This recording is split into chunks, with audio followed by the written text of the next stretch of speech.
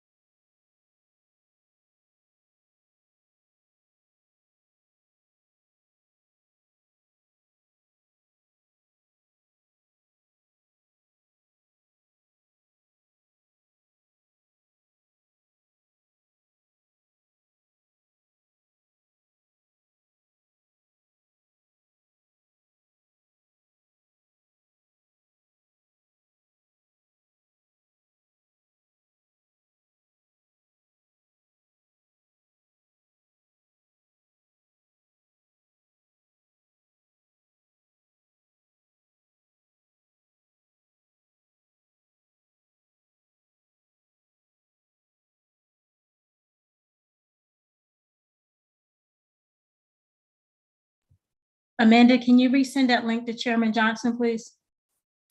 Yes, I can.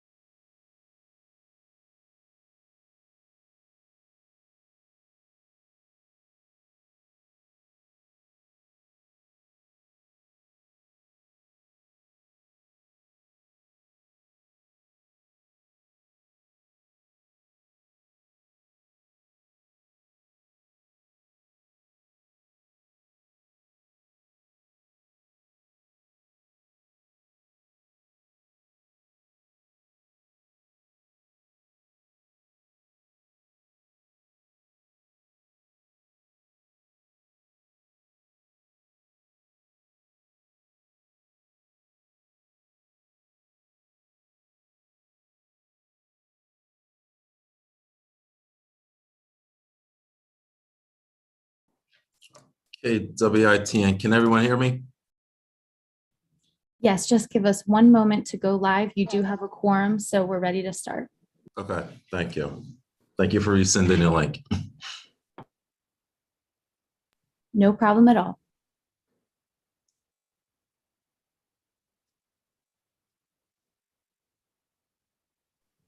Chairman Johnson, we are now live, so you can begin when you're ready.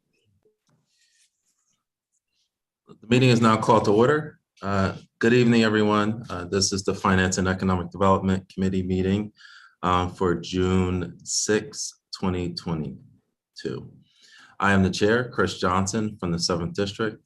And this time I will do a roll call for members of the committee first. Council Member Oliver, 3rd District. Present. Council Member Field, 8th District. Council Member Spadola at large. Present. Council Member Walsh at large. Here. Council President Congo. Here. And Vice Chair Harley is excused. At this time, let me look at the rest of, looks like we also have Council Member Gray, 1st District. Present. Council Member Darby, 2nd District. Present. Council Member Fields, 5th District. Here. And Council Member McCoy, 6th District. Here. All right. All right. And as folks come in, please just let me know, either use the raise hand feature or send me a message in the chat box. All right. As a friendly reminder for tonight, since this is a formal meeting, only members of the committee should be making motions and seconding any ordinance. At this time, we do have a fairly lengthy agenda, so let's just cut to the chase. First, the first item on the agenda is an update on ARPA funds. Do we have anyone from the administration here to speak about where those line items are? Yes, Chairman Johnson. I'm just going to give you a really high level report on this. The actual detail you can find on OpenGov. So really, I'm just going to give you where we are with the balances with each funding category. So administrative costs was originally budgeted 1.7 million. We have spent 291,000. We have a balance of 1.4. Building safer communities. You know, we're waiting for the Aquila report. So that still has the $8 million in there. Community investment. It's now $6 million. It was originally $5 million.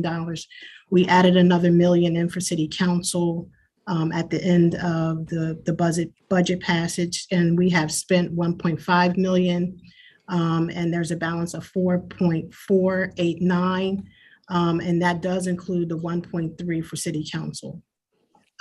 Essential pay, we budgeted 2.6 and we've exhausted 2.6. So there's nothing left for the premium pay. Neighborhood revitalization, we budgeted 21 million for that. And year to date, we've spent 5.5 million. We have a balance of 15.4. Revenue replacement, there's 12 million budgeted for that. And, you know, before the year end closes, we're going to definitely spend the $12 million. Workforce development, we have 4 million budgeted for that, and we still have 4 million remaining. Just so you're aware, and I'm speaking from the first tranche that was given to us last June 2021. We expect the second tranche of another 27 million to come this month. All right, very, very good. Ms. Bass-Knight, you have a question before we go to question and answer? Yes, Tanny, there was a couple of items from council persons. You know, could you just elaborate, when do we think some of those going to move forward? It was more like the Reed's Refuge Center, Cultural Restoration Project, the Delaware Art Museum. And I know that there was a commitment to Christina Cultural Arts Center for $500,000, but that's not out there on the OpenGov. So if we can just know like where those are at, so the council persons are aware. So all the ones that you just mentioned, all the ones you just mentioned, with the exception of Christina Cultural Arts, because that agreement, you're right, is not complete yet, but Reed's Refuge and Cultural Restoration, all those agreements are completed. The checks just have not been issued yet, but the money is there for them. I believe Reed's Refuge was at $300,000 and Cultural Restoration received $150,000, if my memory serves me correctly. And if those amounts are correct, then we need to get OpenGov updated, because for some reason OpenGov had Cultural Restoration at 25 and Reed's Refuge at okay, they added at 300,000. The checks just haven't gone out yet. Okay. Yeah, and so some of that, when you see it at a different amount, some of these, they may have like a higher amount that's allocated to them, but they may not, they may get their checks in you know, like quarterly or just on a, whenever they submit their invoices, and I'm not, how each contract is different. So when you see 25,000, their actual allocation is not 25,000, but they may have already received 25,000. Thank you. Mhm. And Ms. Washington, Chief of Staff Washington, do you, in terms of the ARP ideas, is the city still taking submissions, or has the deadline passed? We haven't received any as of late. I will check and see what's come through the portal, but the person that's assigned to ARPA hasn't, they have not brought any new ideas to my attention, but I will check on that. So anyone who's previously submitted an idea is being considered by the administration?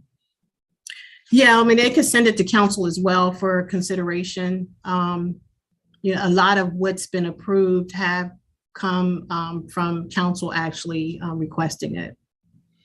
Okay, and this Okay.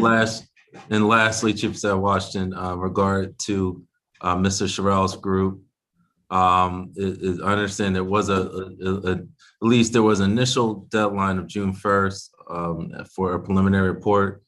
Are we looking at receiving that report soon? Yes, I did communicate with them last week, and they were just trying to make sure that they had all their data that they needed to complete the report. So there were 2 organizations that they had to try to circle back with to complete that. So I don't anticipate that it will be that much longer. Okay. But I Thank do you. have a call into the Aquila group for them to call me to give me a time certain. Excellent. All right. Councilmember Darby. Yes, thank you. I was wondering if the Wilmington Senior Center and Collaborate Northeast proposals are on the table for you guys to review. The Wilmington Senior Center put in a proposal from day one and haven't heard anything back yet. Also Collaborate Northeast, which will be both. Wilmington Senior Center will be beneficial for the whole city. But then Collaborate Northeast would be a proposal that will help with development in the 2nd District on North Market Street. Neither one of those, that to my knowledge, have gone over to our Arpa attorney for review. So I'll await to hear from council as to how they want to handle that. If that's going to be a request on your part, then Marshall will tell me that. Okay, yeah, that request should have been in, but thank you. I mean, I'm just saying a request from your part, because at this point in time, the administration is not inclined to support the request as it is. So if it's something that you're pushing from yourself, then that's the way we'll handle it. Yeah, I'm just not sure what that means because I haven't pushed anything. So when you say council, that's everybody. So there's been decisions that have been made that are solo or only includes a certain amount of people. So it's not inclusive of everyone. Yeah, so council members have given individual requests. So what I'm saying to you, if that's an individual request by yourself, then we will send that over to Laura for consideration to see if it qualifies. But there are some other grants that have come over from council as a request. The administration has agreed to it, as well as city council, and those are the larger grants.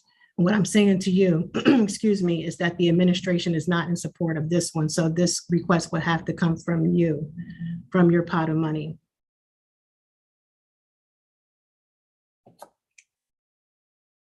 All right, very well. Thank you, Chief of Staff Washington. Kick into members of council. Any follow-up questions, comments or questions for Chief of Staff Washington? All right, I'm now going to turn to members of public. Are there any questions or comments by members of the public? Questions or comments? Going once, going twice. All right, and again, kicking back to council for any last final questions or comments. Seeing none, thank you very much, Chief of Staff Washington. I appreciate that the monthly update as we look to, obviously get some of the money out to the community, as well as I know there is a responsibility on the part of council as well, as we have to do our research in terms of what projects we would like to see. So I know we have to do some in-house work on our side as well. So I appreciate you coming this evening, and I thank you very much for the update. All right, at this time, I would like to move to item number 2 on the agenda. This is a resolution in support of House Bill 205. Is the sponsor of this resolution there? Yes, Chris. Thank you, Mr. Chair. Thank you, Mr. Chair. I received a call from Representative Lambert regarding this resolution. This ordinance, it's a resolution, but somebody had put an ordinance here. Basically, this resolution is somebody put the whole wrong thing here. 1 second, I'm sorry. This resolution expresses strong support from Wilmington City Council to pass House Bill 205, which aims to amend Title 19 and 29 of the Delaware Code relating to establishing and managing of expanded access to retirement and necessary saving programs. This act will affiliate increased retirement savings amongst Delaware's working population and reduce the need for additional tax and fees for the public assistance program. The program will provide convenient, low-cost, portable, and tax-efficient means of saving workers who are employed and do not offer private sector 401 employee-sponsored retirement plan. With this, just to narrow it down, this is for small businesses that don't have retirement plans, such as beauty salons, barbershops, maybe some car washes, that don't necessarily have a retirement plan set up. So with Representative Lambert explained to me, and Colleen Davis, who's the treasurer of the state, they will be, and this won't take place to 2025. They just want to get it out there early because they're going to be doing a big campaign, and I guess putting some billboards up and putting out some literature to the barbershops and the beauty salons. And as I stated, just small businesses. If someone in the beauty salon has only 3 people in there, most of the time, barbers and beauty salons don't have a retirement, don't have any money put up. It's all a cash business, but they will, when I say they, the General Assembly we'll be setting up a portal for them to make contact with the state treasurer's office. And they're going to put out some pamphlets. And if they sign up on a portal, they will be able to have money allocated for retirement. And if they leave the barbershop or whatever small business in 2 years or whatever, they're able to take that money out to savings. So it's not just stuck in there like you're working for a state or a city agency trying to get your retirement. So this is what House Bill 205 is all about, providing savings plans for small businesses who normally don't have it.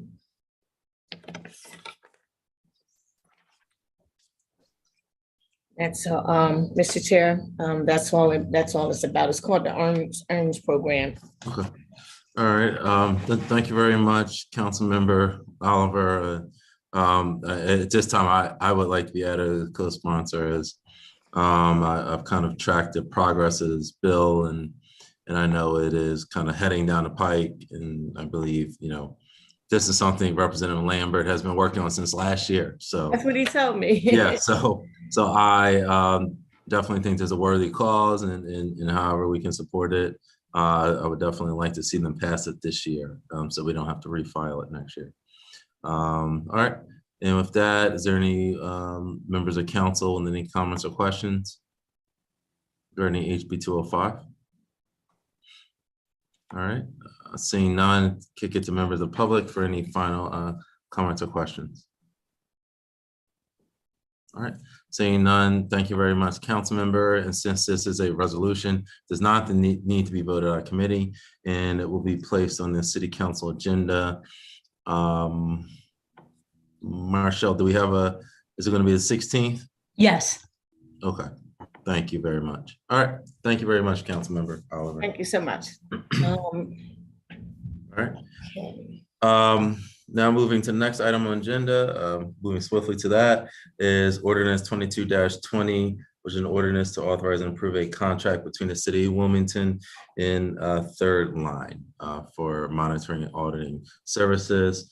And just briefly, this ordinance again is a 5-year contract, and it's for auditing services. It will be a total price of $550,000.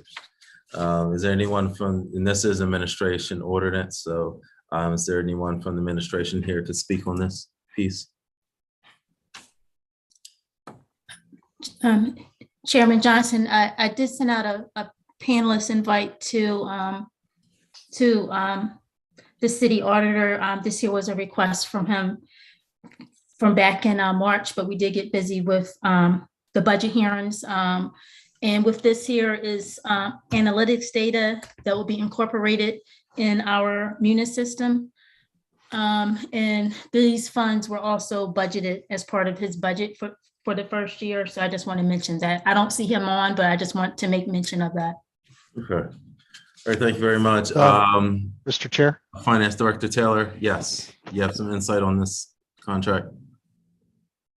Yeah. I participated with Terrence, with the city auditor, in evaluating the company. The company is, we're meant to bring this on in order for us to help with analyzing the Munis system so that we can most appropriately identify issues in the accounting transactions prior to them becoming issues and findings within the audit scheme. So we want to be sure that, what it does is an analytical program that goes through our transactions and allows us to figure out if there's anything that's unusual, maybe booked incorrectly, and the like. So I'm certainly supportive of the city auditor's support on this particular contract. And Director Taylor, is this a this is an existing contractor, right? I believe this is a new contractor. Oh, new. Okay. Yes, this is a brand new contractor. Okay, got it. All right. All right. Thank you very much, Director Taylor. Is there any questions or comments by members of council? All right, saying none, I'll kick it to members of the public. If there's any comments by members of the public on this specific contract. All right, seeing none, I'll then turn it to back to council for any final comments or questions. If there are none, this is an ordinance, so it does need to be voted out of committee. At this time, is there a motion to move ordinance 22-20 out of committee to full council for a vote? Second. Okay, it's been properly moved and seconded that the ordinance 22-20 will be voted out of committee. All those in favor say aye. Aye. Any opposed? All right, motion carried, and ordinance 22-20 will be on the full council agenda. I believe that will be June 16th. All right, thank you very much. Bear with me. All right, now there's a few, we still have a few more items on the agenda this evening. First is an ordinance 21-047, an ordinance to enact a temporary moratorium on water service disconnections. Now, I believe that the council member Darby is the lead sponsor, and from what I recall, this was introduced last year, from my understanding. So I know there has been lengthy debate on this, and there is also did receive some correspondence from law department this afternoon, and it was distributed to all of finance committee. There was some questions in which I believe someone from the law department is here to answer some questions from members of council, but there was a full legal opinion submitted by the city attorney, Bob Goff, and his team, just saying that at this time, at least his opinion legally, if council passed 21-047 without a companion budget amendment ordinance, then we would actually violate city law, and it would be unenforceable. So this first, before we get to the substance, I wanted to just clear up the legal concerns. Is there anyone from the law department here to speak on this? If there's anything that I did not cover that you submitted in your memo this afternoon?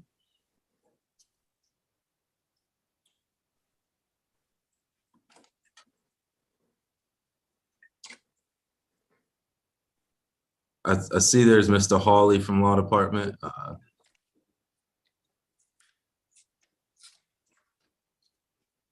You don't have to be on camera, sir. Can you hear me? Yes, we can hear you. Okay, great. I'm sorry, I was having some issues there. Thank you, Mr. Chairman. The floor is yours.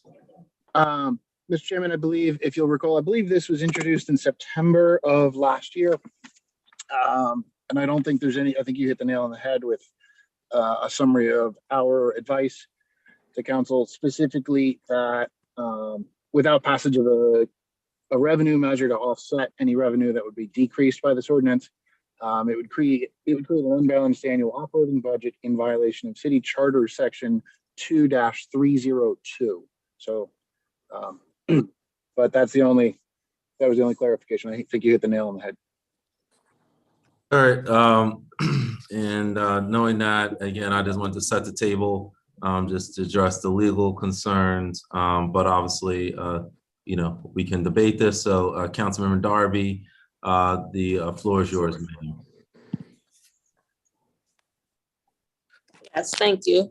So this legislation, well, y'all took my whole introduction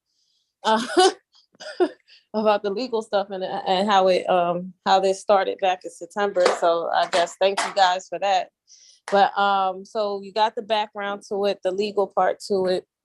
The purpose of the moratorium is to protect families who are struggling even before the pandemic, but due to COVID-19, water disconnection cutoffs were during the pandemic, I think of March of 2020, they were suspended from disconnecting people. And then last year, 2021, around June-ish, I believe, maybe July, the mayor administration decided to lift that moratorium up and allow and continue for people's waters to be shut off when we were still in the middle of a pandemic. There are homes, approximately like 100 and something homes that have water disconnections now who don't have access to water as we speak, like today. And what I find funny is that council, we sit virtually at home because of the pandemic, but we take no action for people to have water during a pandemic. So what this is clearly about, it's about water is a source that is important for homes, especially during a pandemic, for people to wash their hands, clean their house, clean their self. Water is essential, and we should not cut off people's waters, especially during a pandemic. It is just wrong. We shouldn't do it. And I think during this time that we have, while we're still in a pandemic, because cases are increasing, and as you guys see, City Council is still virtual because of the pandemic. Cases have not gone down. If that was the case, we would be in the meeting in council chambers, but we're sitting home or wherever we are virtually because of the pandemic, but people are sitting home with no water. I just find that a little contradictory. But what I'm looking to do with this moratorium is that during this 6-month moratorium, I need to make an amendment today to change the date of the moratorium, but to really look at how we bill people, to really look at different ways that we can get people engaged to pay their bills instead of threatening to cut their water off or cutting their water off altogether. So I am going to stop talking. I want to open it up, I guess, for the public or whatever is next. I have more comments, but I'll wait to my closing remarks. Okay, and Councilmember Darby, just in terms of substance, so I believe the original ordinance it had in section 5, it was beginning October 1st, 2021, ending May 1st, 2022. So how would you propose, or would you rather touch on that at the end once you hear everyone's comments? Yeah, that's Okay. pretty much what I just said. I said Okay. that we need to make amendments to the dates in there, but I said I'll open it up and I'll talk about that. Okay, perfect. I just wanted to run it the way you want it. All right. We do have some hands up. I believe Councilmember Walsh, your hand was up first. Floor is yours. Thank ma'am. you. Thank you, Mr. Chair. If we didn't have the programs that are available right now, right today, given to almost every single person that approaches the city of Wilmington, I would vote for this. But we do have these programs. We still have the water assistance program with this. And not only do we have that now, but the Delaware State Housing Authority just put a lot of money into their rental assistance program, up to $5,000 a month for 15 months for people who have to deal with things like their water, sewage, even court costs that they have to bring suits against their landlords.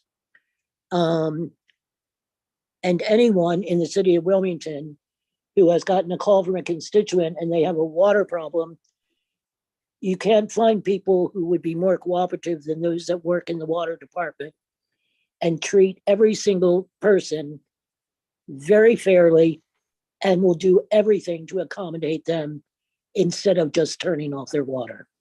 So I'll be voting no on this. Well, I believe it's a resolution, isn't it? No. No, it's an ordinance. It's an ordinance, Councilmember yes. Walsh. And actually, I apologize. I did not give the opportunity to the finance department, because I know this directly impacts them. Do we have Finance Director Taylor? I believe you had contacted me and wanted to make a statement as well. Thank you, Mr. Chair.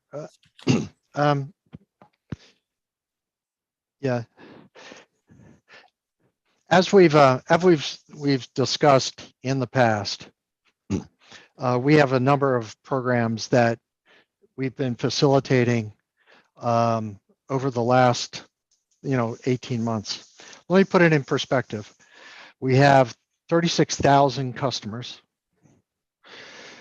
We have 11,000 of those accounts are delinquent, but only 4,600 of those are directly attributable to water usage. The rest are either commercial or stormwater, large stormwater bills. So we have 4,600 individuals. Since we instituted water disconnections in July of 2021 to the beginning or the end of May, beginning of June, we've issued 1,727 notices. 60% of them have come in, either made payment arrangements or began participating in our programs. As of now, 127 residences are officially disconnected with because they're in a no pay status. What I didn't do is I need to call out how many of those are actually vacant properties, which I can do. So a subset of that will be vacant properties. This universe of individuals is relatively small compared to the rest of the population.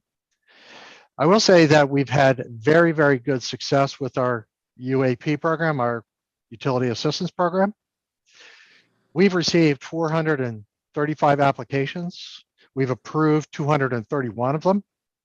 A number of them have declined because they were either asking for Delmarva bill payments or cell phone bill payments and the like, which is not included in the particular program.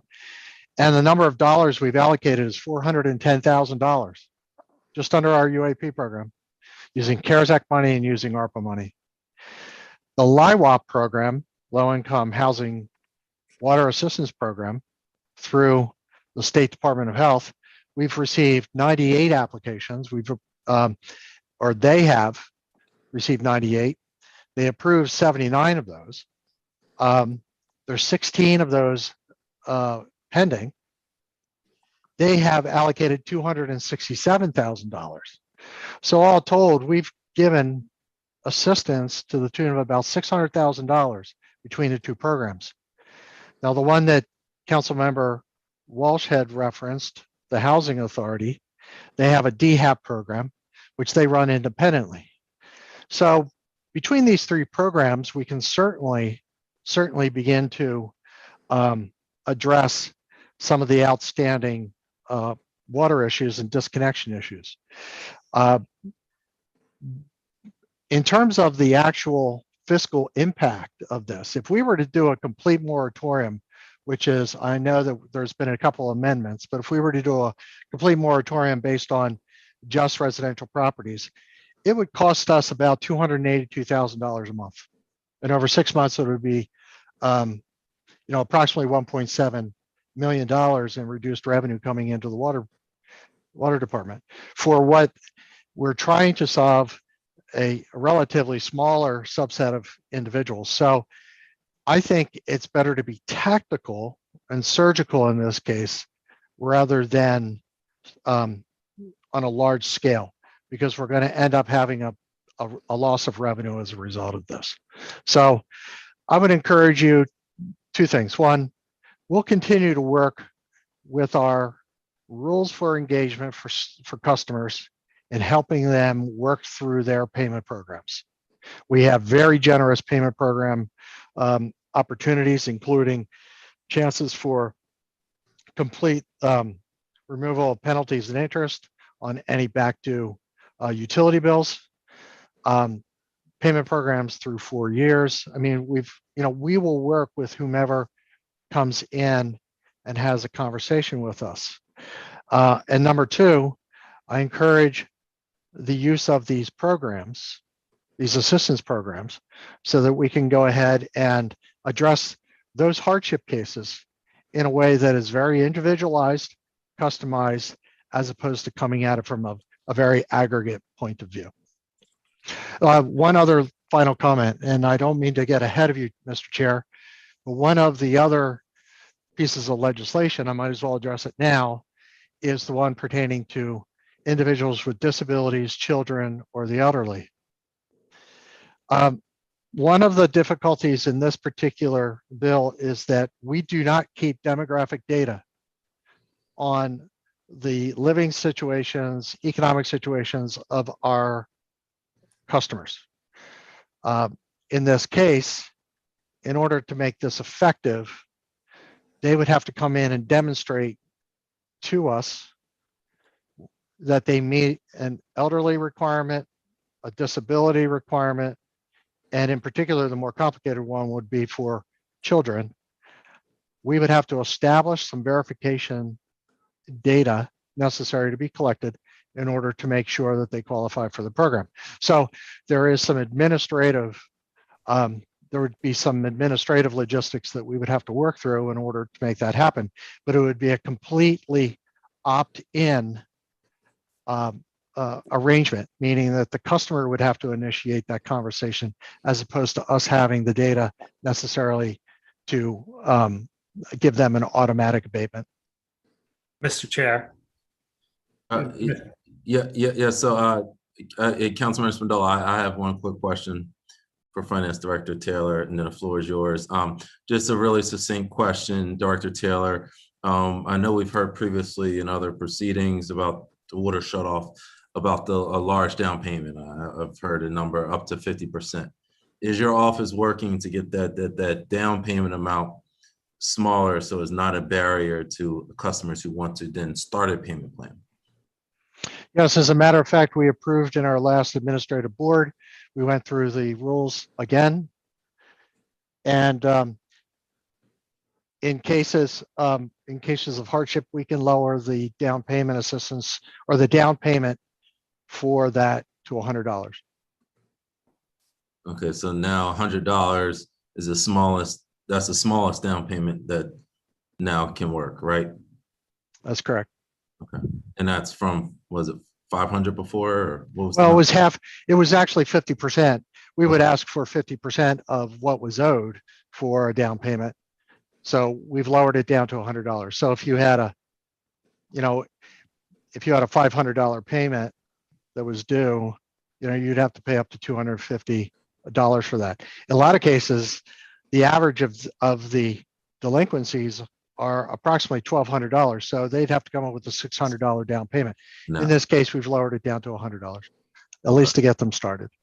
It And now- allows the customer to have a little bit of skin in the game, so to speak, and to ensure that if there is a payment agreement, that they would,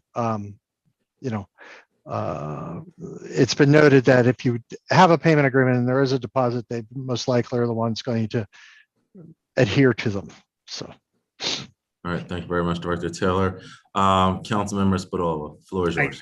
Councilmember Gray, I believe, is next. I just wanted to interject for clarity. I think Mr. Taylor was talking about the next piece of legislation at one point in terms of the demographics and figuring out if there's a 5-year-old or elderly. So I just wanted to make sure we were all on the same page. Yeah. That is not the legislation we're talking about right now. Am I right? No. Well, the substance, he did dovetail into the next ordinance. Okay. Elderly, but I think it applies to both. Gotcha. Okay, I will go after Ms. Gray. Good. All right. Councilmember Gray, floor is yours, ma'am.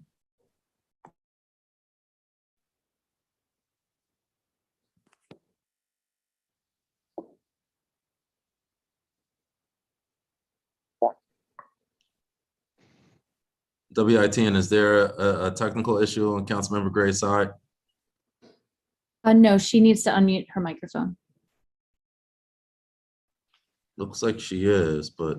According to my phone, I am on. Okay, now we can hear you, Councilmember Gray.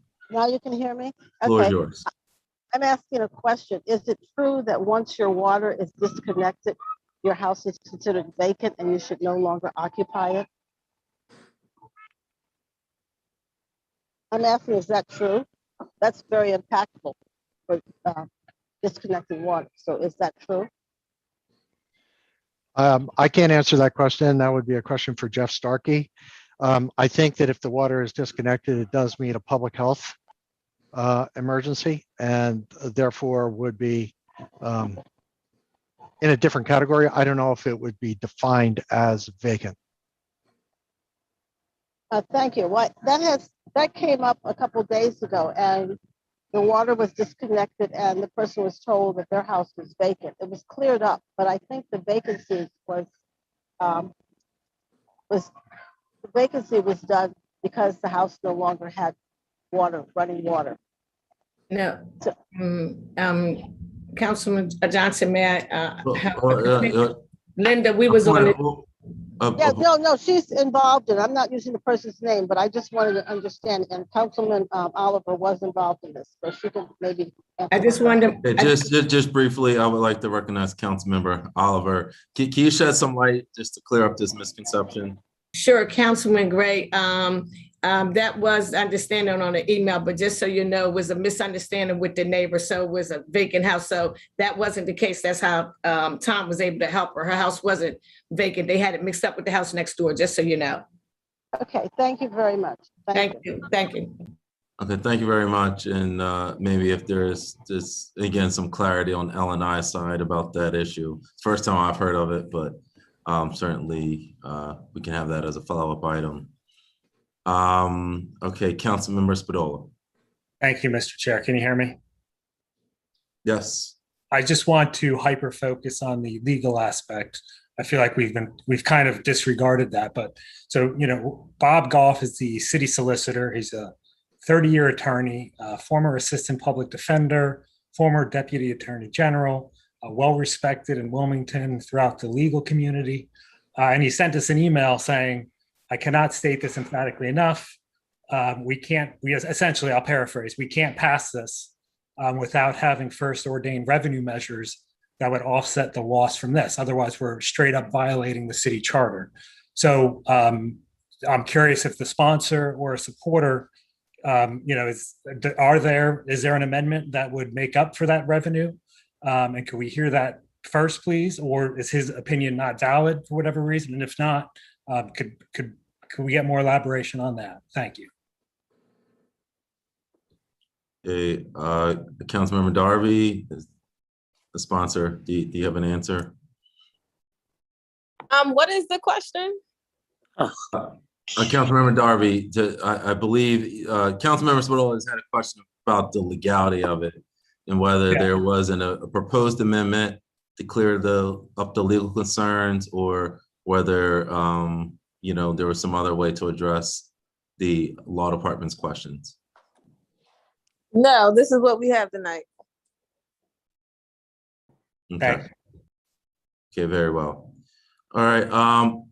At this point, I'd then like to turn it Councilmember McCoy. The floor is yours. Thank you, Chair. Actually, my question will be to you, I guess, and you can actually ask Law, who's I hope was still on. In 2020, I actually proposed a similar amendment, but I was asked to hold it because the mayor actually. You're back on mute. Actually to take care of the moratorium because we were basically in the throes of COVID. It had just pretty much started. And so what I would like to know through Law is whether or not when the mayor proposed the moratorium, was there actually a piece of legislation that accompanied his, well, after we have gotten that press release stating that we're no longer going to be turning off water? I think I can answer that. Yes. Yes, Chief of Staff Washington. Sure. So during the pandemic, there was an emergency executive order issued, which gave us the ability to do that. Okay. It was actually considered a public health emergency. So allow us to do at that time. All right. May I continue? Yes, please. Thank you. So thank you so much, Chief of Staff Washington, for clearing that up, because that is definitely something I wanted to know, why it was able to be done one way and not the other.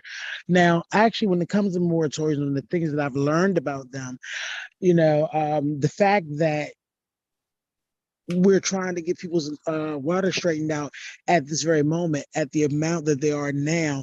And then after a moratorium, it's not as if those funds actually have gone away. Then we have 6 more months of water bills that we still have to get straightened out. And this was the reason why I never brought the moratorium back up, as I actually learned how that was going to work. But I just wanted to get it cleared up on how the mayor was able to do this, but did not have the accompanying piece of legislation. Thank you.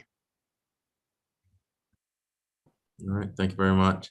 And actually, before we turn to public, Director Taylor, I just have or Chief of Staff Washington, I have a question about the update on the federal infrastructure funds that I believe were signed into law in March. I know we've mentioned that as kind of an amorphous pot of money out there. Do we have any update as to where that are? Because I know we discussed it during budget hearings. Yeah, so some of that money is coming in. Okay, Yes. do we have Some an of that- estimate of how much we'll get from the state? Well, bills? these are all based on applications. So the applications we submitted thus far are based on some of the infrastructure improvements that we put in the capital budget.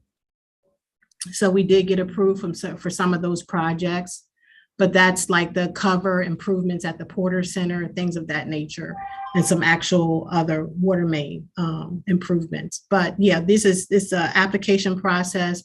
The state considers it on a case-by-case basis.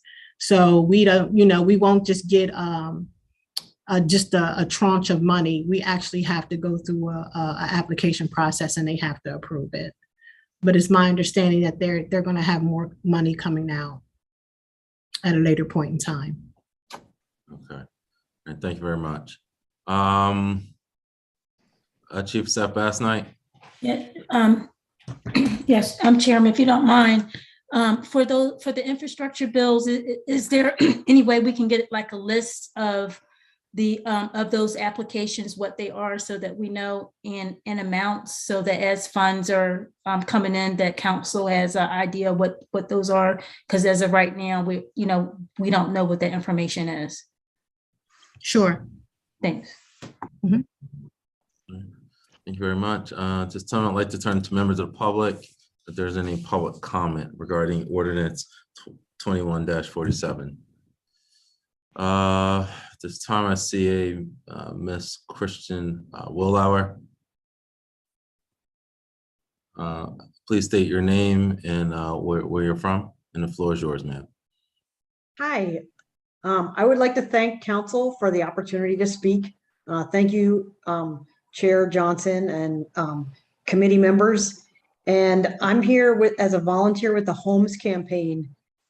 We've been looking at water issues and talking to residents. And while it's true that I want to thank the city for the proactive steps that you have taken to connect people with resources, and also thank the state and the federal government for making those resources available. And we just recognize there's a lot of resources available. There is a pandemic. And this proposal is, I just want to say, I support this, and the Homes Campaign supports this. And this is not asking for the city not to charge for water or to never turn off anybody's water ever again. This is a proposal to take 6 months at a time when there's like an unprecedented amount of federal resources to fill whatever budget hole might happen. But probably that budget hole is not going to be what you think it is, because the goal of the moratorium would be to focus energy on connecting people who need it to the resources that are available, and stop putting energy into shutting off people's water, and start putting all the departmental resources into connecting customers with the resources that are available. And then the small number of customers who aren't eligible for assistance and aren't paying their water bill, you'll know that at the end of the 6 months.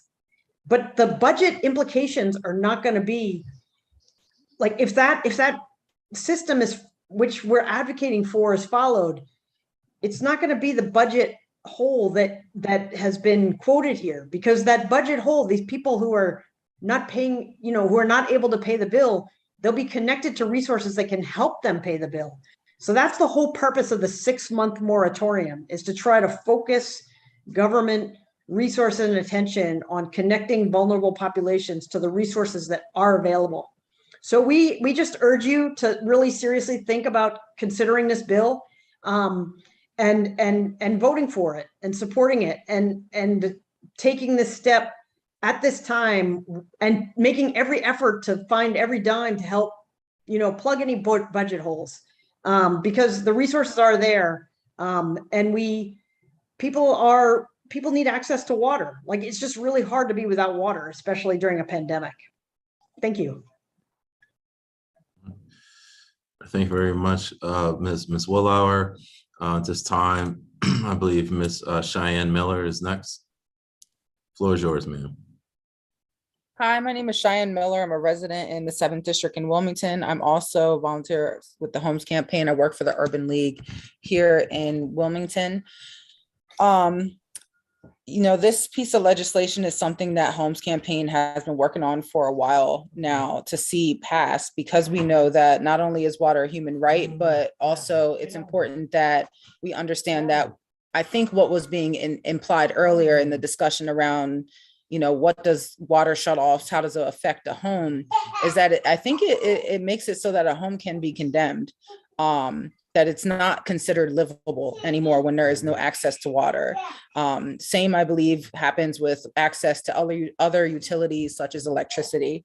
And I think what's important to understand here is that the city of Wilmington does not distinguish between water bills that are owed by properties that are owner occupied and properties that are occupied by a renter.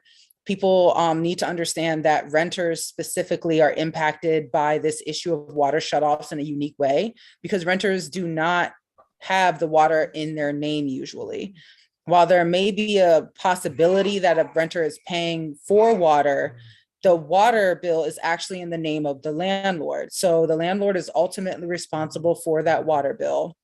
The city does not review leases to say whether or not water is being paid for by the landlord or paid for by the renter.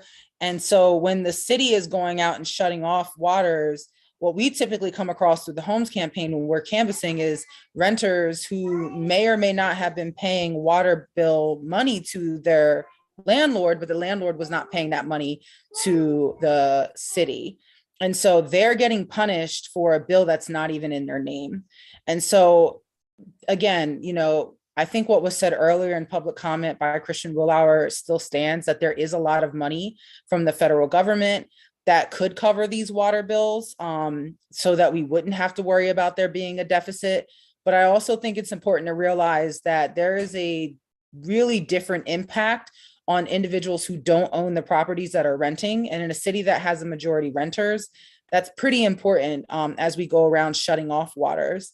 And then furthermore, I also think it's important to note that, city council right now is saying, one thing while doing another. I'm hoping that we can get some votes on this legislation that will show that city council wants to see us hold off on shutting off people's water, while they're also deciding not to open up the opportunity for us to be giving public comment in person and holding city council meetings in person. If the pandemic is still running, I think it's important for us to be consistent in that manner, that the pandemic is still running. I do want to say thank you for giving public comment, and we hope that you will all decide to vote yes on this ordinance. Thank you very much, Ms. Miller. Next up, we have Mr. Brandon Fletcher. Floor is yours, sir. Hello, thank you, Council, for letting me speak today. My name is Brandon Fletcher. I live in the 5th Councilmanic District. Talking today in support of these two ordinances to enact a moratorium on water shutoffs. I've been pushing council for quite some time now, along with residents in the community to do something about this issue. People don't want their water shut off. It's that simple. You have the ability to do this. You have the money to do this. Why aren't you doing it? I'm asking you guys, please do something about this issue. People need water and people need to be housed. When I look back a couple weeks ago with the Adams Street residents who were displaced from their homes, all these issues are tied.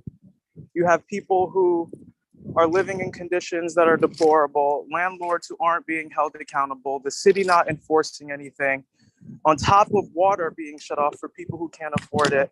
I mean, right now we're in a tough time. Gas is up, transportation costs are up, food is up, prescription drugs costs, other utilities like electric, water.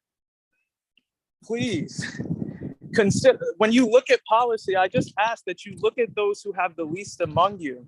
Look at those who are the essential workers, who are the grocery store workers, who are the home health aides, who are the ones living paycheck to paycheck, who are struggling to keep up with the cost of water. Think about them when it comes to your decision to get this legislation through. The people will be on your side. The people will support you. Just do the right thing. That is all we're asking. Housing is a human right. Access to water is a human right. When you don't have access to water, you can lose your access to housing. And that is not what we need to be doing right now when we have a surplus of funds from the federal government at this moment, a historic investment, including for water infrastructure, including for the cost of people who could not pay their utilities, and including for water. So I'm asking you, it's simple. Bring these out of committee, bring these to a vote. Let's get this legislation passed. Again, the people will be on your side if you do. I hear so many other people on this call who aren't elected officials, like the chief of staff, like the Department of Finance guy. We didn't vote for them. We didn't vote for them. We voted for you, Johnson. We voted for you, Brigida. We voted for you, McCoy. Do the right thing and the people will support you.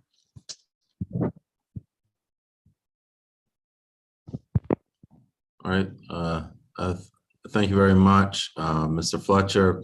And I see there is another hand raised, Ms. Willauer. Unfortunately, we are, running short on time. So your public comment will have to stay until the next agenda item. Okay. So with that, last call for any public comments or questions. All right, with that, then I'll kick it back to council for any final comments or questions. Council President Congo. Thank you, Mr. Chair.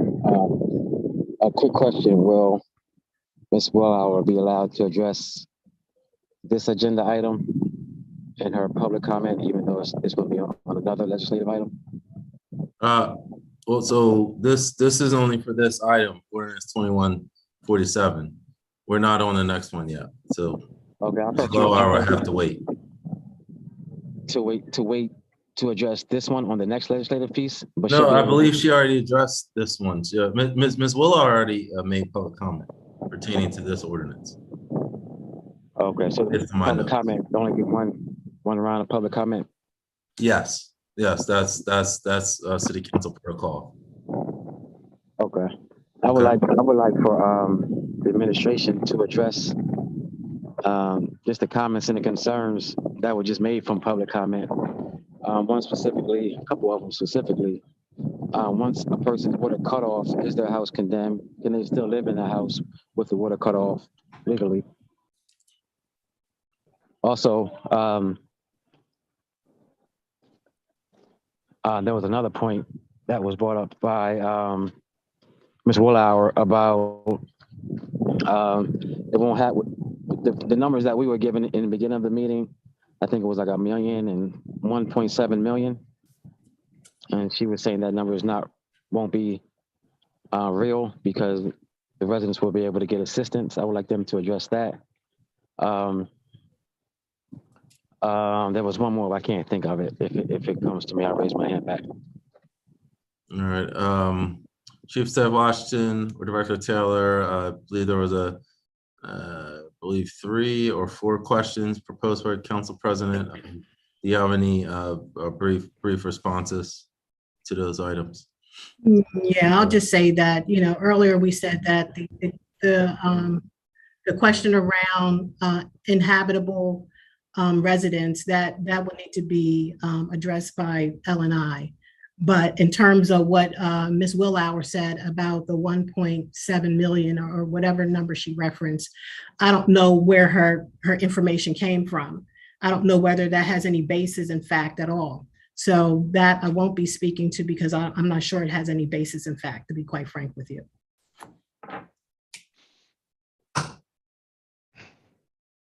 And Finance Director Taylor, I think there was other parts of the question as well. Do you have any insight on the further insight on the abandoned house? I know the abandoned housing question had come up earlier. No, again, I just restate that it's the L&I director would determine whether or not it would be classified and defined as vacant. Again, there would be probably some impetus to consider a public health issue because not having running water in a housing dwelling that is occupied is hygienically unsafe. With regard to the 1.7, that was our estimate in terms of if there was a complete moratorium placed on the on water disconnections over 6 months. What I think that Ms. Willauer was trying to say is that given that there was so much assistance out there with the federal government, with state bringing that assistance to the table, that revenue would be offset. My only point to that is it would be partially offset. Some of this UAP money is actually money that we would receive from other areas of the budget. After this money runs out, we're going to have to make some consideration as to where the next round of utility assistance program funding is going to come from. We still have money left over, but it is addressing just those individuals that we know are calling in, that 172 that are still disconnected. If this legislation passes, it leaves a blanket, open-ended discussion for anybody who has a back water bill that's 4,600 residents that may have some back water bill. And I don't think there's enough money anywhere to be able to drive that particular number down. So again, I think that our approach, it is the administration's, at least my opinion, that the approach should be tactical. It should be, let's have those people that are really truly in hardship call in, and we will be handling them on a case-by-case basis as opposed to having a blanket moratorium. All right. Any other comments or questions from members of the council before the sponsor has her last word? Councilmember Gray. Councilmember Gray, the floor is yours. Thank you. I know in other jurisdictions I've been to, there's a moratorium on disconnecting anything that affects the quality of life if there's a child in the house 16 or under. So maybe that could be a criteria. That's quite a few municipalities that I've visited. Just some added information. Thank you. Thank you very much. Any other comments or questions by a member of the council that is besides the sponsor? Okay, Council President Congo. Yes, thank you, Mr. Chair. I just would like to know if the sponsor plans on making any type of budget amendment to accompany this, so we can get around the legality that we've all been warned about, and just in her final comments. Okay, all right, thank you very much for bringing that up again, Council President. All right, I appreciate it, and Councilmember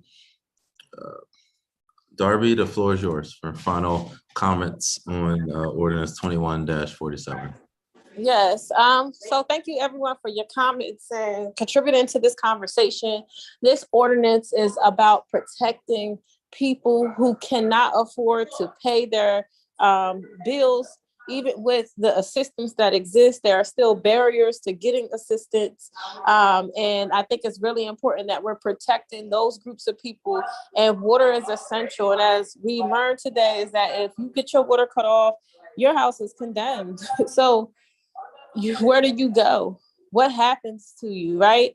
So I think that we have enough assistance to offset so that it doesn't have a big impact on our city. And just because you disconnect someone does not necessarily mean that person will not pay. We're just saying, we're not saying to stop collecting payments. We're saying just don't cut off their water and find different ways to getting that money instead of cutting off someone's water, which I think is cruel. So I'm just gonna let this rock out for a vote. We have one more piece of legislation, which I don't understand why people were talking about and we're not even on it. But we're gonna let people vote for this one and then start talking about the next piece of legislation. Thank you. All right, again, since this is an ordinance, it does need to be moved out of committee for a full council vote. At this time, I would entertain a motion. So move.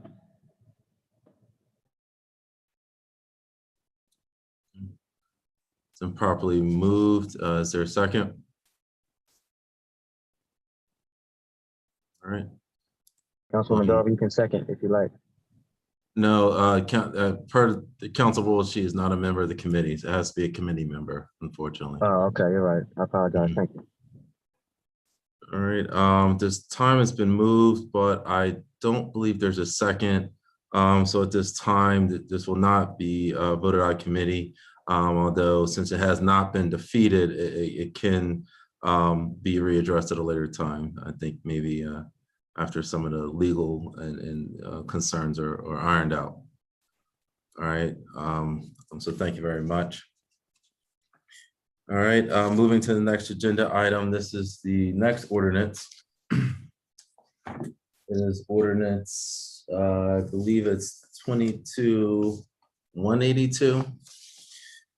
This is an ordinance to exempt elderly and disabled residents with children under age of 5 from water disconnection. And I believe this is Councilman Darby's piece of legislation. So at this time, the floor is yours, man. Oh, thank you. I get to talk first about my legislation. First, Ms. Bass Knight.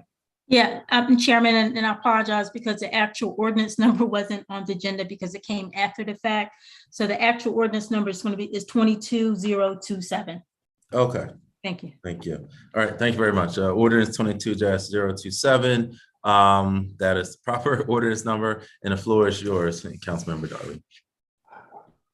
No, I was just saying thank you for allowing me to speak about my legislation before everyone else did. But this piece of legislation is about water disconnections for specific and the most vulnerable populations in our city, which are our seniors who are on fixed income, are disabled who are on fixed income, and then homes that have children under the age of 5. And before I even got a chance to speak on my legislation, the finance director, Brett, did. So this will be opt-in. So people will have to, you know, they might get a water disconnection notice. And then they might say, hey, I'm a senior. Can I opt into this program? Or I'm disabled. Can I opt into this program? I have a child under 5. Can I opt into this program? This is not anything new. There are other cities that do exemptions. If you have, only one I really know about is children under the age of 5. I couldn't get my electric cut off because I had a baby in the house, right? So those are things that this is not new. This is not something like that can't be done, can't be done logistically. The city already has programs that provides exemptions to seniors. So they get property tax reductions. There's other different programs that exist that allows for certain populations of people to get exemptions or reductions on things. So it's not, and those are opt-in programs. It's not like, because there's a lot of seniors I come across in the city who don't even know about the property tax reduction exemption program, and I have to educate them about it because it's an opt-in program, right? So this will be an opt-in program just like the rest of the programs that we have for seniors. And I think it's so important to protect our senior population, our disabled population, and people who have babies in the home, to make sure that they have somewhere to live and be, since they're usually on fixed or limited income because of their circumstances. So based on the information I have, there is not a fiscal impact.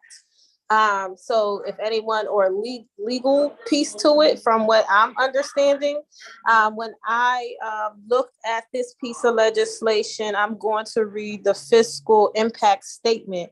It says, although this legislation exempts eligible residents from water utility shutoffs for non-payment, the effective deployment of funds should offset any negative fiscal impact to the city. Therefore, this legislation should be revenue neutral. This legislation is revenue neutral, so we can't use that argument today about money. So this ordinance will exempt eligible elderly and disabled residents, as well as residents with children under the age of 5 from having water shut offs. Not saying that they can't pay, not saying don't try to get payment from them. It is saying don't cut their water off because they're people and it's cruel and they're on fixed income. Thank you. All right, thank you very much, Councilmember Darby. And I guess I'll let the administration speak soon, but I actually do have that question for Ordinance 22-27.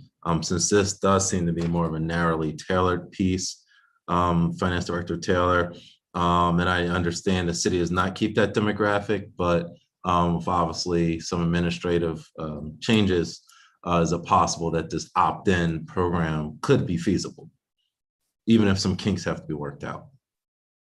Well, logistically, yeah. Logistically, we could work it out so that we would have, but we would have to have a standard unit of verification, particularly with respect, I mean, the elderly, obviously, date of birth is, we're doing it now for senior exemptions. For disability, if you are officially disabled, you would have some state document or some notification that you are disabled. For houses with children, this is where it gets a lot more complicated and it gets a lot more broad. There's a lot more broad strokes there. It does not limit it in terms of income. So that may be, a question. I think that the statement to say that this is revenue neutral makes the assumption that these individuals would probably qualify for one of the additional programs, the UAP program or the LIWAP program or the DHAP program, and therefore would have an offset as a result. That may be true. However, we have plenty of people who are who do apply, but are not accepted in these programs due to income thresholds. So if you were to really surgically address this, you would set, just like we do in our administrative rules, we would set an income threshold. That means that those individuals that would be eligible for those programs, yeah, we could put them in suspense for water disconnection while they were applying through the UAP program or the LIWAP program.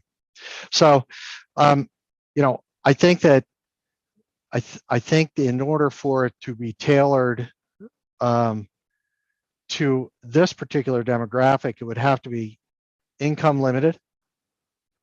And of course, we would have some minor logistical issues that we would have to work out with regard to when they opt in, that they would have to demonstrate that they fit into one of these three categories. Thank you very much, Director Taylor.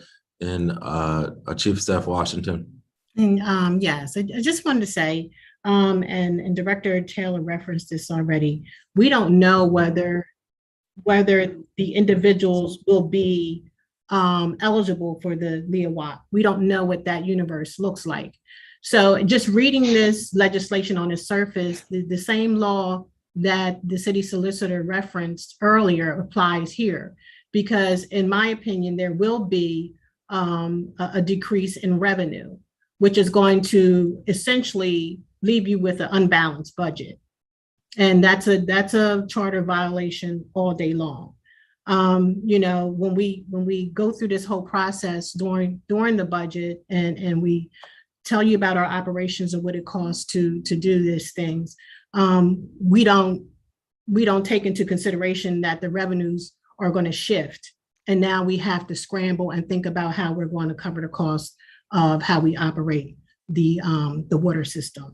So I would say that the city solicitor's opinion applies the same way that it did in the first piece of legislation, that this would be a loss in revenue, and that's something that we cannot, that we can't bear at this time. Thank you. Mr. President, Council Chair, can I please make a statement? Yes, Councilmember Darby.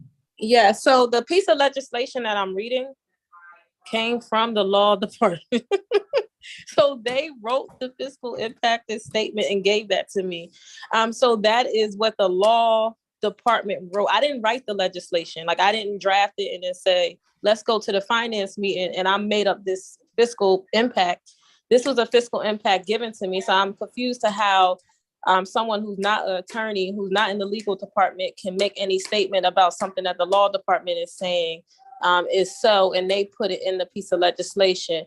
Two, also in the piece of legislation, it also asks us to protect these groups of people and that's not cut off their water, but also it's an education piece in here.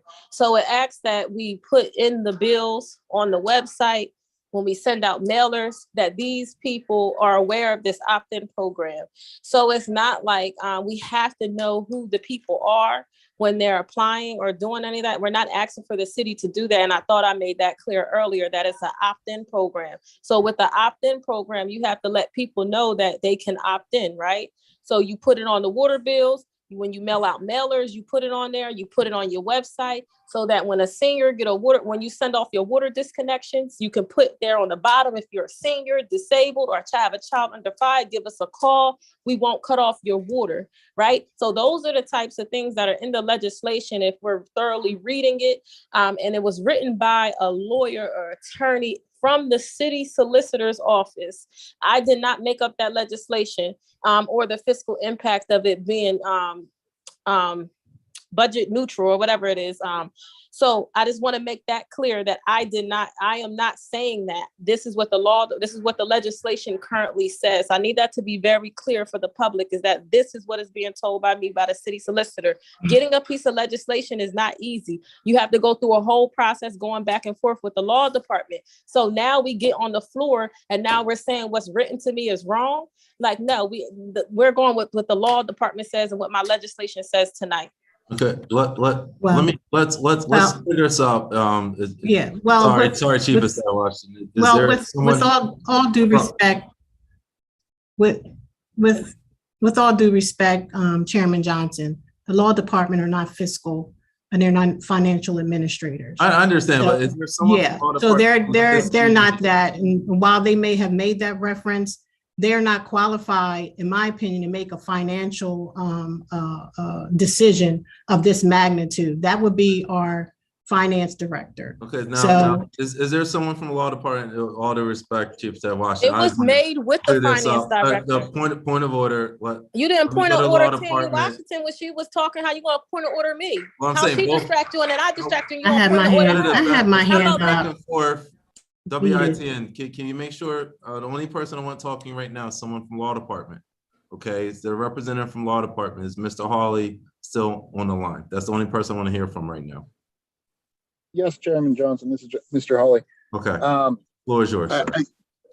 Thank you. I think if you were to reread the fiscal impact statement, it talks about the effective deployment of LIHAP water, and it says, with the effective deployment of those funds, this ordinance should be revenue neutral. It doesn't say that it is revenue neutral. It said, should be.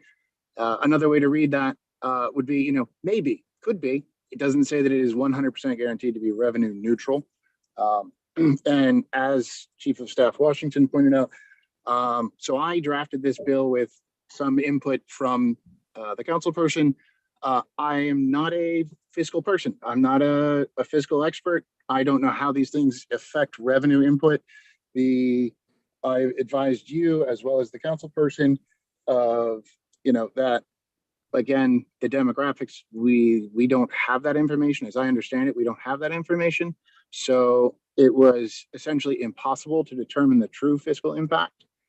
But based on input from the council person and others, the fiscal impact statement was drafted as was desired. Yeah. All right. Thank you very much, Mr. Hawley. All right. Let me ask this. Chief Staff Washington, is there anyone from OMB? No. There's no one from I think OMB. the finance director probably will be here. All right. That's And Ms. Bass-Knight, do you have a word? Yeah, Mr. Chairman, I just want to clear something up too, because as this legislation was being drafted, a question, was raised to the law department because we wanted to know, did this same legal concern from the previous ordinance impact this ordinance as well? Understanding what the fiscal input stated, an email was provided to Councilwoman Darby as well as yourself on May the 27th from John. And within that email, it was just mentioned that the same legal issues affects both pieces. So although that fiscal impact, was written the way it was. So, I'm not sure what that means, but I just want to state that for the record, because I just want, the body of council know that, we did ask those questions before tonight came up. All right, thank you very much. And I don't want to, belabor this, but again, I am big on process, and this seems like something that potentially could be a good program, but there's so many unknowns. So, at this time, because there seems to be inconsistency from law department as well. So I want to get this right. If we do this, I want to get it right. So at this time, I would entertain a motion to table this ordinance 22-27 until the next finance committee meeting. Is there such a motion?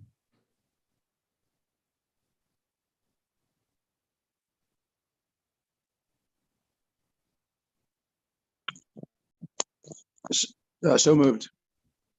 Is there a second? Second.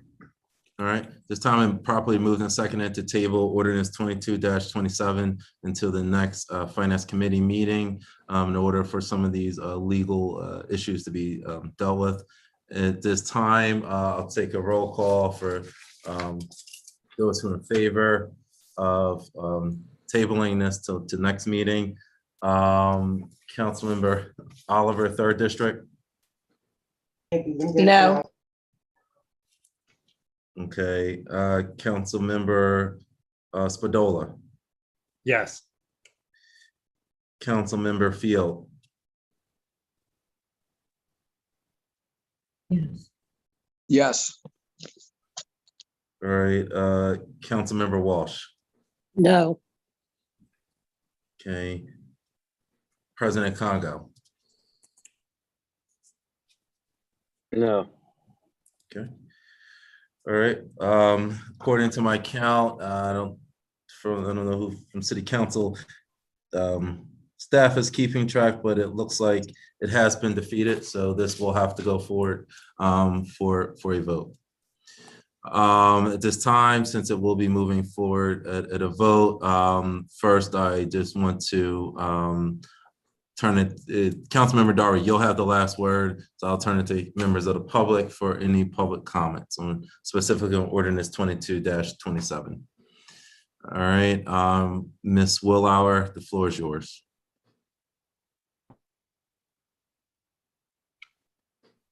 Can you hear me? Yes.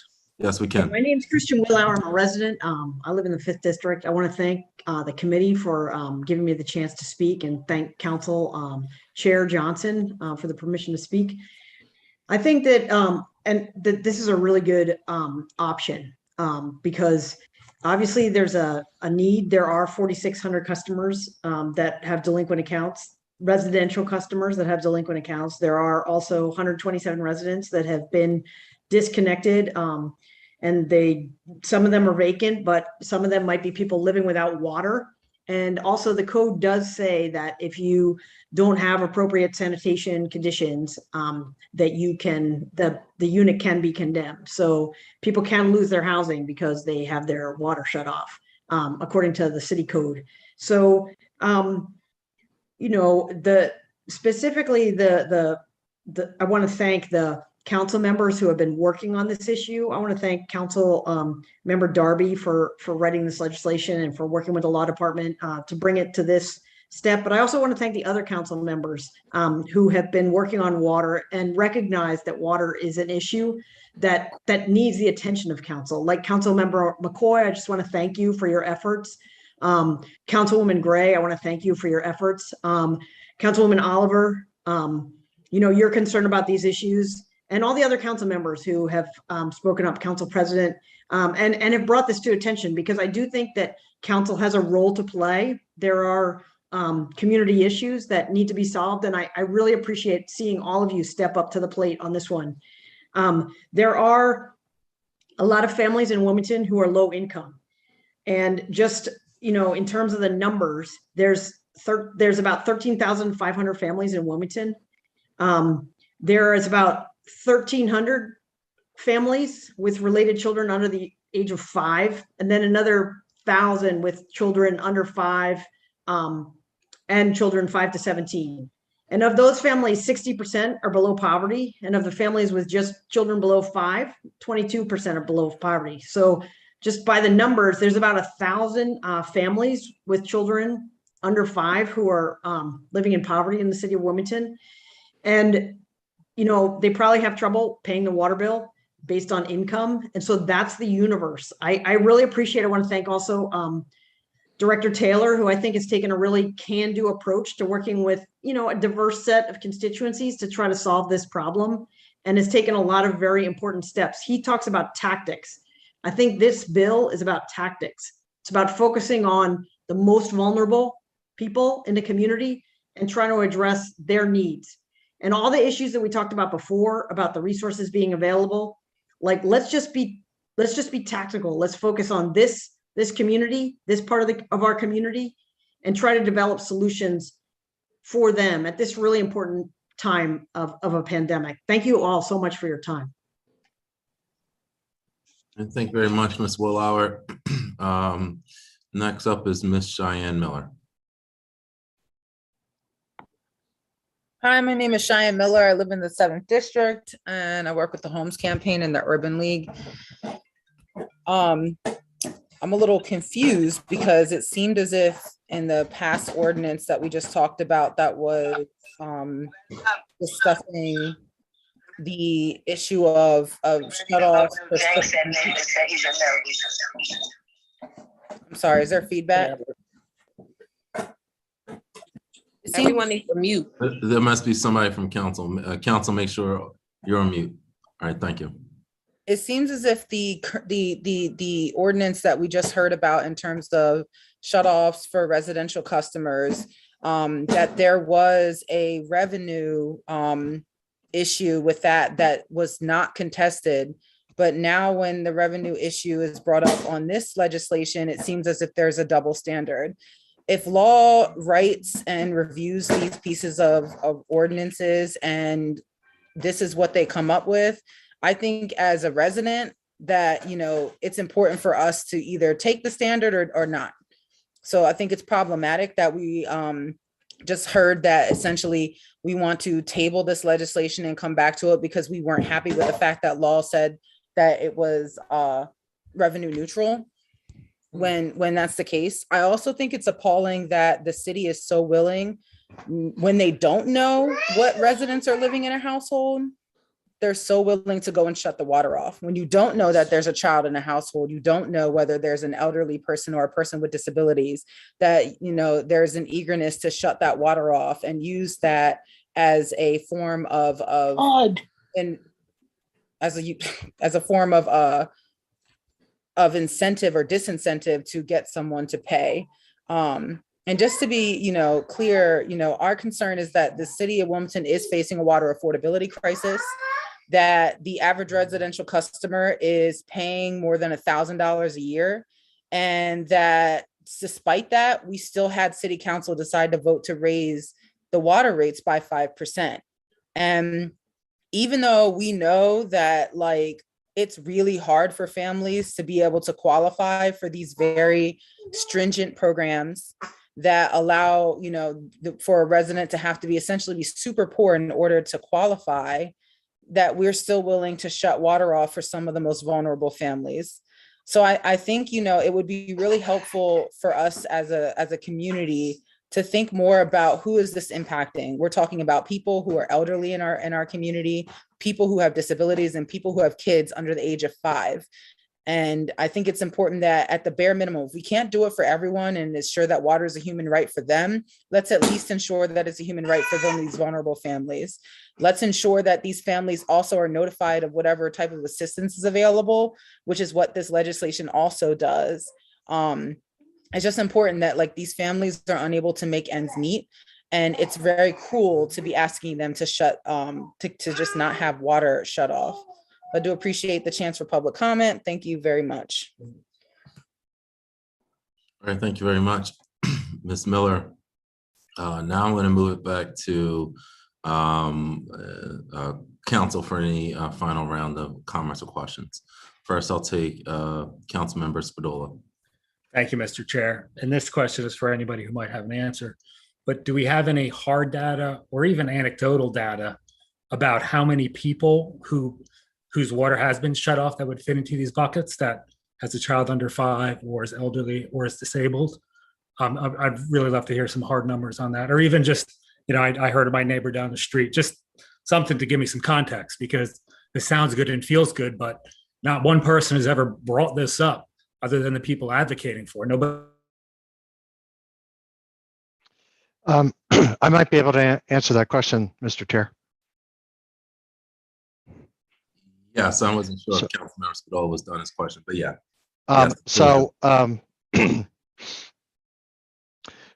We know that right now 127 properties currently are in a shut off, no pay status. We will see how many of those properties are vacant properties. I assume that I'm going to go out on a limb and just say the probabilities are very high that it would drop below 100 in terms of actual individuals that have no, these are occupied, not owner occupied, but occupied properties that have water turned off. We can always cross-reference it against our senior exemption, our senior property exemption, to look for any individuals that might be in that category of elderly. There's also some recording. There's also, I think we might be able to get some data with respect to disability, exemptions for disability in other programs. But the one that's the struggle is the families within the families that have children in these properties. That would only require us to go out and, you know, do a knock and just see whether or not these individuals are going to, you know, whether there's anybody living in those properties with the water turned off.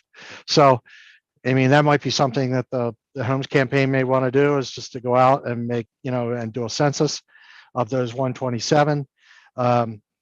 We can certainly, once we get intel like that, we can certainly come back and, you know, start talking about what we would do to negotiate payment agreements or whatever to get the water turned back on. Again, it's for that 127 that they're in a no pay status, and that would be able to verify that. You know, we have a number of people that we have others that we just simply haven't sent water disconnection notices to. We have 4,600 residents that have delinquent water bills. And we've only sent out 1,700 disconnection notices. And right now, only 127 are actually disconnected. So a lot of people are sitting out there with in arrears, but they're still getting service. Again, we only set our limit at the water disconnection we run 75 properties every time we do a water disconnection notice. We send it out to 75 properties, and 60% of them come back and either get into a payment agreement or into one of our programs, and the rest sit out there in some kind of form of suspension. The water's not turned off, but we still have to research, if there's a leak, if we have to find out where the water shut off is. There may be a meter problem, etc. There's a very long gestation period between when you get that notice and when we turn that water off. If you call in, if these individuals call in, we will work with them as they call in. So again, it goes back to tactics as opposed to a kind of a blanket assumption. But Councilmember Spadola, I know that does not answer it exactly. We could probably hone that number down to a high probability, but the data right now doesn't address very specifically that population. Thank you. Does the sponsor have any illuminating data or anecdotal stories? I do, yes. So the Homes campaign is not just full of advocates. There's researchers from the University of Delaware, people who are able to help us with data collection and doing the research and to back a lot of the things that we're proposing. So yes, knocking on doors, you're seeing exactly that. It's a mixture of disabled, seniors, people with children. So under the age of 5, we're seeing that when we're knocking the door. So it is not made up. It's not something that just came out of the air.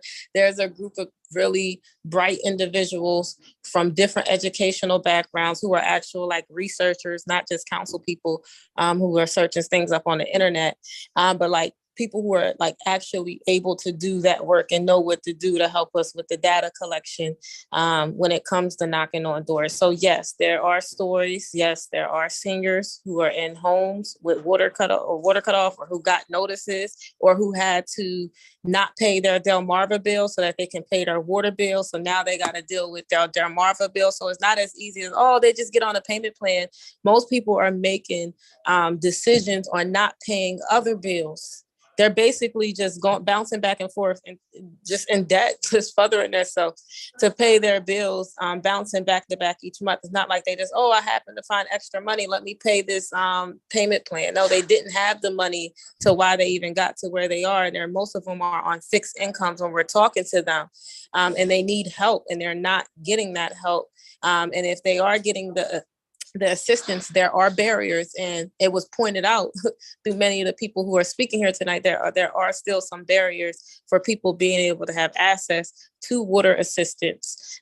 So this is not asking for people to not pay. This is asking for the department to find different ways of dealing with the elderly population, the disabled population. Instead of just cutting off their water, we need to find other ways of engaging with them to get their payment and their money where, one, they don't feel like they have to pay it. And now they are behind on their mortgage or their rent. And now they're facing eviction, or they're behind on their electric bill. Now they're about to get their electric cut off because they have to pay their water bill. So what this legislation is asking for, and there is data, there are the experiences and the stories. There are so many different experts at the table who are helping us to come up with these decisions and these legislations that we put up. This did not come out of thin air. Thank you, Mr. Chair. Can I continue? Yes, please, council member. Thank you, Councilmember Darby. I appreciate that. I still don't think I heard one specific data point in there. But I'm curious, when the Homes campaign is finding these people that would fit into this bucket, I would hope they're then referring them to Brent.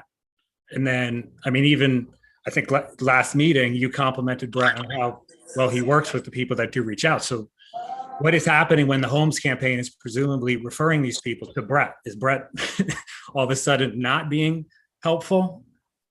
Like, I'm still stuck on, I would love for this problem to be humanized. To me, it's legislation in search of a problem.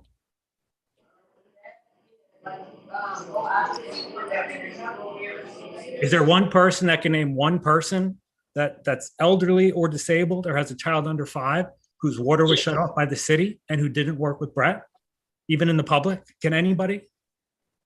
Yes, there are some. What you want me to list their names to you? Like what? So there are some. We knock on doors. There are families who fit into this criteria. I'm not going to pull out the list and give you the names of every single person door we knocked on a city council meeting. So there are the stories. There are the people.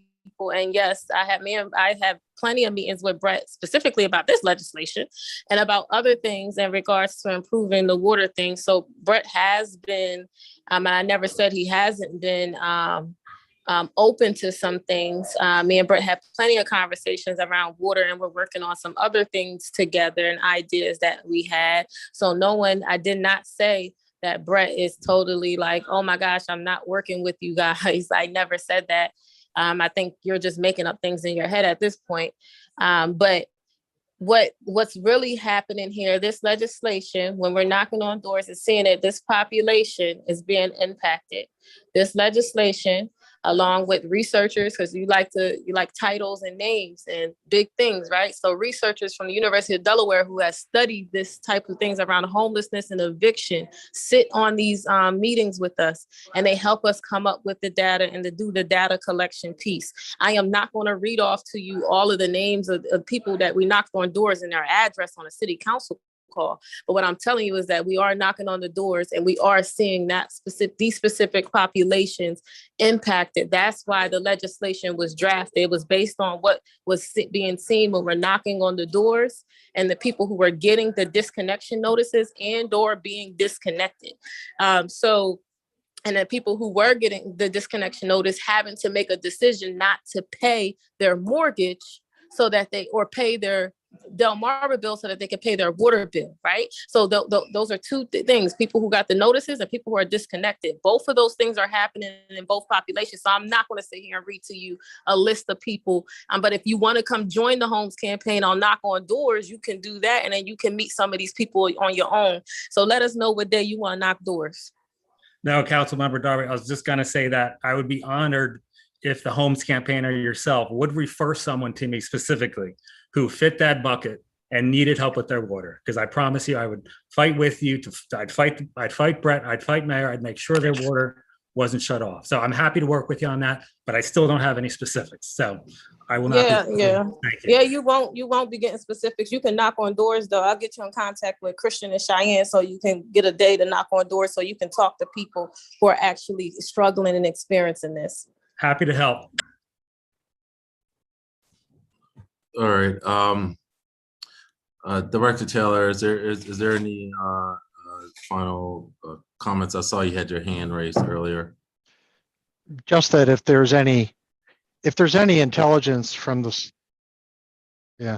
there's any intel from the street, meaning that if the Holmes campaign have any, it's going back to Councilmember Spadola's comment that if there are individuals, get a list to us.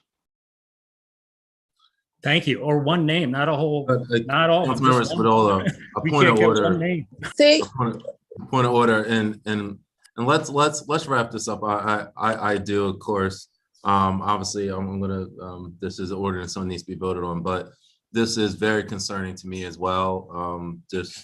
We do need specific data points. We need specific people.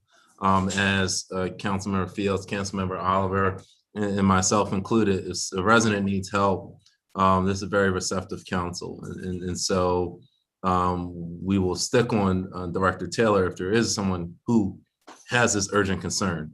And if they haven't reached out, then there's a gap somewhere and we need to figure out how we can close that gap. But without saying anything further, I think this is an ordinance. So it does need to be formally voted out of committee for council for a vote. At this time, I would entertain a motion to move ordinance 22-27 out from committee. So move. Is there a second? Second. All right, it's been properly moved and seconded to move ordinance 22-27 out of committee to full council for a vote. This time, I'll take a roll call vote. Councilmember Oliver, 3rd District. No. Councilmember Field, 8th District. Yes. Councilmember Spadola. No. Councilmember Walsh.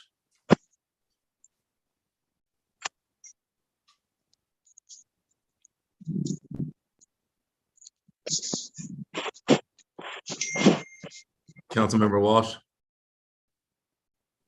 Sorry, no. Council President Congo. Yeah.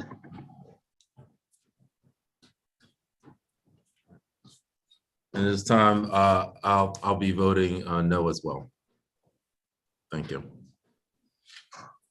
All right, this ordinance has been currently defeated this time. Although, given our council rules, if the item has been defeated, it could be subsequently brought back up later if someone wants to change their vote. So I appreciate everyone hanging tough tonight. At this time, we'll move to the next agenda item. It'll be a resolution proposing an amendment to Wilmington City Charter Code 2-205, requiring council to make emergency appropriations for available grants, revenues, grant funds, and special funds. I believe this is Councilmember Darby's item. Yes. So the next list of legislations is in regards to how grant money, well, it came from the idea of how grant money. I hear something in the background. I think that's really rude when someone is talking to keep getting off mute. So I'll wait. Yeah, I believe everyone should be on mute except for Councilmember Darby, okay? Yeah, I'll wait. All right. So these pieces of legislation going forward are in regards to giving council more authority or power when it comes to grant decision making when it comes to grants. So council, when we receive grant money, we do vote yes for us to receive it. But once we receive the money, specifically, for example, when we think of the Arpa funds, the mayor administration is making the final decision, they're really the only decision on Arpa funds. Council can make recommendations. I made recommendations and they were declined, all of them. They can pick and choose who they want to select, who they want to support on their own without council having a vote or say on it. And we live in a democracy. And when they developed this government, they made 3 branches. For right now, in our branch, we only have executive and legislative, and they're supposed to balance each other out. And there's no balance when we're talking about how ARPA funds are being spent, because the final decision, or the only decision, is through the executive branch. The legislative branch can only make recommendation, and based on who they like and don't like, they're going to say yes or no to what who gets accepted to get the money. So at this point, that's what these next few pieces of legislations are, and we can vote on them and do whatever. Okay, so Councilmember Darby, since this is a resolution, it doesn't formally need to be voted out. So now it's the time to discuss these ordinances. So I can kick it to council. Is any questions or comments on the first piece regarding the change to section 2205? All right, seeing none, I'll then turn it to members of the public for any comments or questions regarding this specific agenda item. I believe we have Ms. Kristen Willauer. Sorry, that was from an earlier thing, but I'll just say, I think this makes total sense. All right. All right, thank you very much, Ms. Willauer. All right, I'll turn it back to Council, is any final comments or questions from Council Member Darby? None. Okay, all right. Since this is a resolution, it doesn't need to be voted, as I stated earlier, so this will be placed on the full council agenda for, I believe, June 16th council meeting. All right, and moving swiftly along to the next agenda item, it's a resolution proposing an amendment to section of the charter section 2-300, requiring city council to appropriate funds. I believe this is a companion piece to the prior item from Councilmember Darby. Is there anything specific about this piece you would like to highlight, Councilmember Darby? Nothing I want to highlight. It's just, like you said, a companion piece just to make sure everything is aligned with council having that authority. Okay, all right. Any comments from members of the public? All right, seeing none, I'm going to turn it back to members of council for any final comments or questions. Seeing none, this agenda item as well, since it's a resolution, does not need to be voted out of committee. We place on the agenda for the June 16th, 2022 meeting.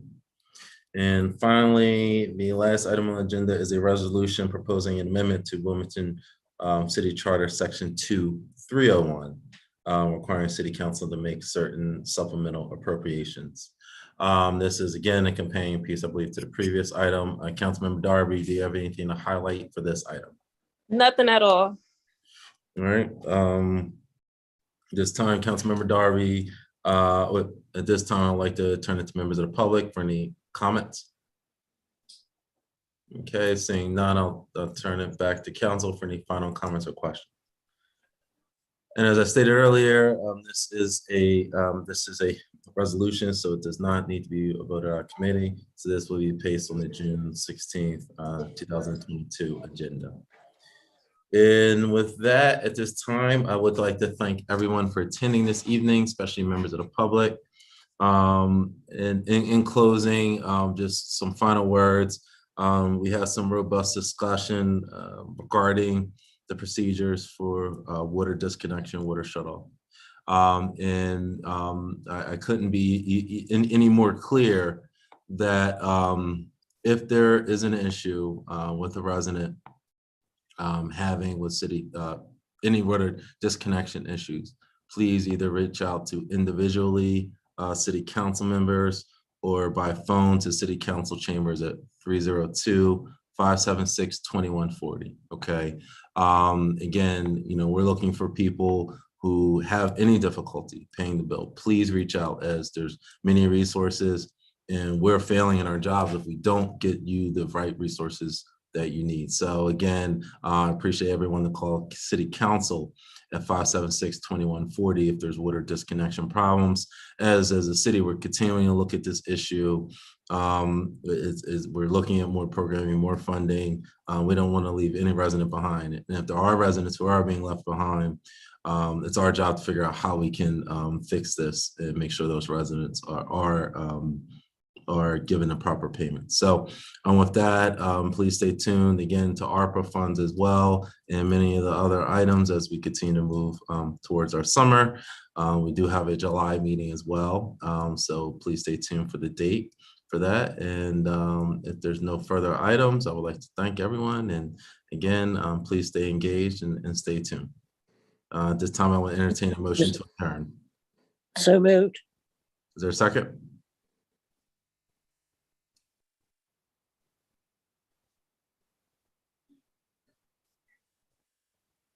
I think some people hopped off a little first. So I will second it, the motion. So it's been moved and seconded. All in favor, say aye. Aye. All right. Any opposed? All right. Again, that concludes the Finance and Economic Development meeting for June 2022. Thank you very much, and see you next month. Good night, everyone. Good night.